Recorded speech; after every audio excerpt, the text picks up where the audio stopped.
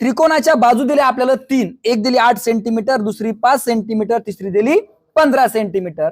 तर याचा वापर करून आपल्याला त्रिकोण काढता येईल का? हो सर, हो सर. त्याला 3 बाजू आहेत. काढता येईल? काऊन बरं? 3 बाजू त्यामुळे काढता येतं? काढून दाखवता का?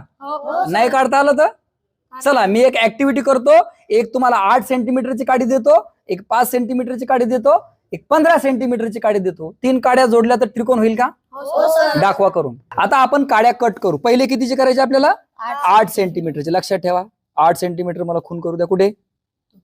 ही 8 सेंटीमीटर. नंतर किती घ्यायची आपल्याला? नंतरची 5 सेंटीमीटर. कुठे 5 सेंटीमीटर? ही पा इथं 5 सेंटीमीटरची खून केली. नंतर किती सेंटीमीटर? 15 सेंटीमीटर. कुठे दाखवा मला? हे 15 सेंटीमीटर. या 3 काड्या आता आपण कट करू. ठीक आहे, कैची द्या मला. चला पहा आता.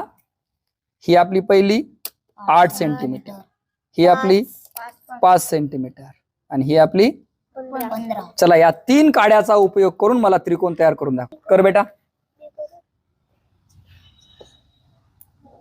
त्रिकोण तयार करायचा आणि 2 टोकं जोडते याची.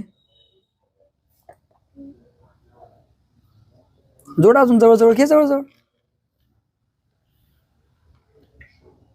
काय होतंय रे? जुडत?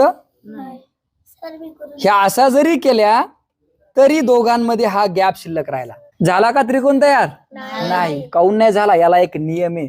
नुसत्या 3 बाजू दिल्या म्हणजे त्रिकोण बनत नाही. त्याच्यासाठी नियम वापरावा लागतो. तो नियम काय माहितीये का? त्रिकोणाच्या किती बाजू आहेत? 3. तर 2 बाजूची बेरीज तिसऱ्यापेक्षा जास्त पाहिजे. काय कळलं तुम्हाला? त्रिकोणामध्ये 2 बाजूची बेरीज तिसऱ्या बाजूपेक्षा जास्त पाहिजे. आता मला सांगा इथं 8 आणि 5 ची बेरीज करा. किती झाली? 13. आणि हे काय झाले?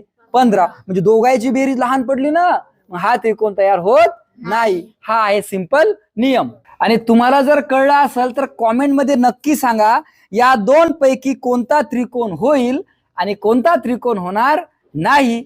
व्हिडिओ आवडला तर लाईक करा, शेअर करा. जय हिंद, जय महाराष्ट्र.